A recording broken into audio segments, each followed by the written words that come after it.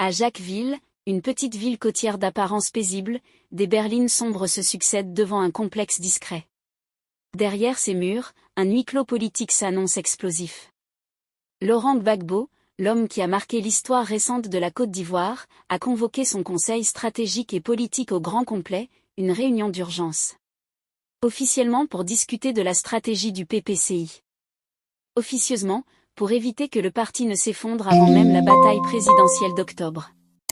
Abonnez-vous, cliquez sur j'aime s'il vous plaît, allez, c'est parti. Tout est parti de signaux inquiétants. Ces dernières semaines, le parti de Gbagbo a encaissé coup sur coup. Le 1er août, Yopougon, bastion historique de l'opposition, a été secoué par des violences. La tension est montée très vite.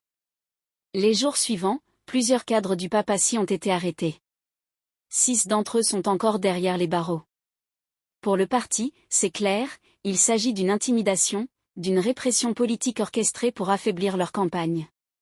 Mais dans les couloirs, certains murmurent que le problème n'est pas seulement à l'extérieur, car un autre événement est venu mettre de l'huile sur le feu. Un vice-président du papacy, figure influente et respectée, a annoncé sa candidature indépendante pour la présidentielle, un geste perçu comme une trahison en interne. Cette candidature parallèle vient directement concurrencer celle de Laurent Gbagbo, déjà désigné candidat officiel du parti. Résultat, le fragile équilibre interne a volé en éclats entre ceux qui restent fidèles au leader historique et ceux qui estiment qu'un vent nouveau est nécessaire. Le papacy se fracture. Cette fracture n'arrive pas par hasard. Depuis plusieurs mois, les mauvais résultats du parti aux élections locales ont laissé des traces. Dans les quartiers populaires comme dans les zones rurales, le discours du papacy semble moins mobilisé. Les jeunes militants sont frustrés, les anciens cadres inquiets. Le remaniement interne engagé par Gbagbo n'a pas suffi à relancer la machine. Et puis, en avril, un nouveau coup dur. Le papacy, tout comme son allié, le PDC-RDA, a été suspendu de la commission électorale. Sans accès direct à cet organe clé, la capacité du parti à surveiller le processus électoral est réduite. Dans un pays où chaque voix compte et où la méfiance envers la transparence du scrutin est ancrée, cette mise à l'écart est perçue comme un sabotage. Alors, pourquoi Jacquesville? Pourquoi cette réunion en urgence? Parce que Gbagbo sait que le temps joue contre lui. Chaque jour qui passe rapproche l'échéance d'octobre et accentue les fissures internes. Jacquesville, loin d'Abidjan, offre un cadre propice à la confidentialité. Ici, les téléphones sont soigneusement contrôlés.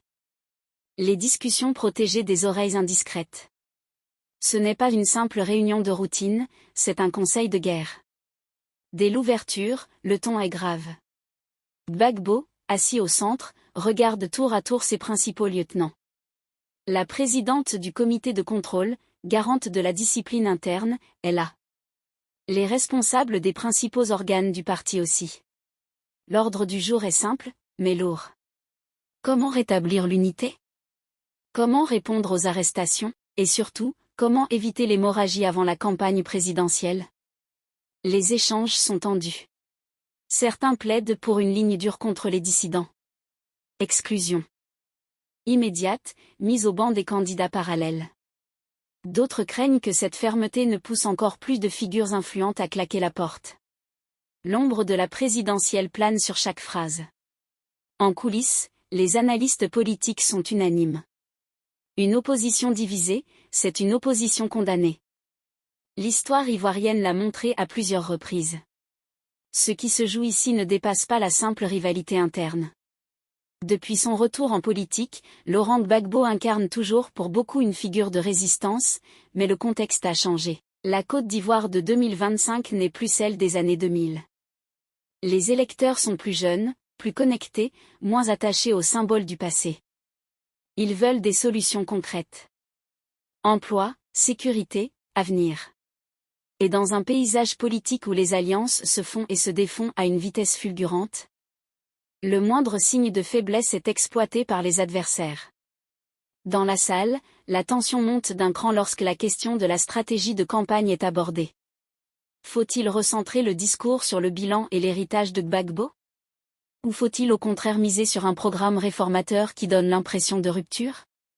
Les plus proches du président penchent pour la première option, jouer la carte de l'expérience, rappeler les combats passés, capitaliser sur l'image d'homme d'État.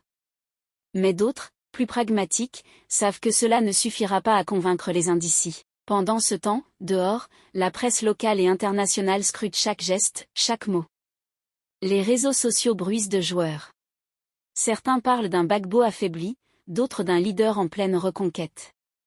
Mais en interne, la réalité est plus complexe. Il s'agit de colmater les brèches, de rétablir la confiance, de s'assurer que le papacy se présente comme un bloc uni face aux électeurs. Les révélations commencent à circuler. Selon plusieurs sources proches du dossier, de Gbagbo envisagerait un pacte de non-agression avec certains dissidents, en échange de leur retrait officiel de la course. Une manière de limiter la dispersion des voix. Mais ce genre de compromis est toujours risqué. Il peut apparaître comme un signe de faiblesse, ou pire, comme une négociation en coulisses incompatible avec l'image de fermeté que le parti veut projeter. Le moment le plus tendu de la réunion survient lorsqu'on évoque la sécurité des meetings à venir.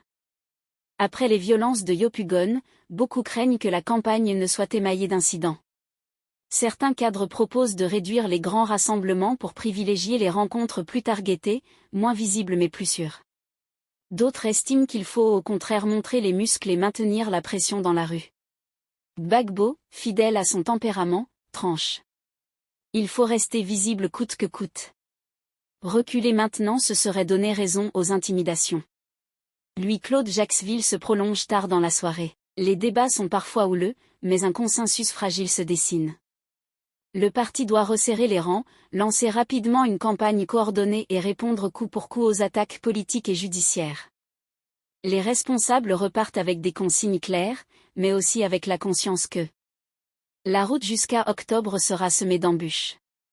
Dans les heures qui suivent, les premières fuites apparaissent, des bribes de conversation, des indiscrétions sur le ton des échanges.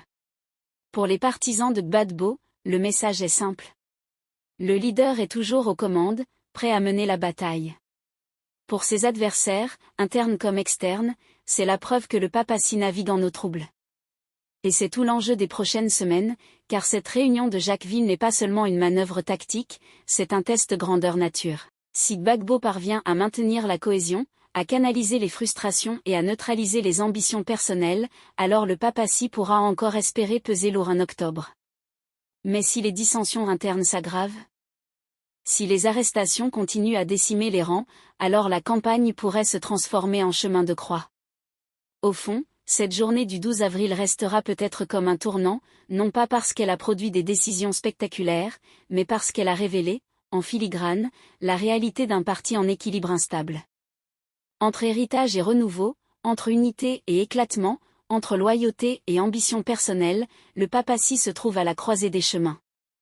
La suite dépendra autant de la capacité de Gbagbo à imposer sa vision que de la volonté de ses troupes à la suivre. Et dans un pays où chaque élection est un moment de vérité, les semaines à venir pourraient bien décider de l'avenir non seulement d'un parti, mais aussi d'un PN entier de l'histoire politique ivoirienne.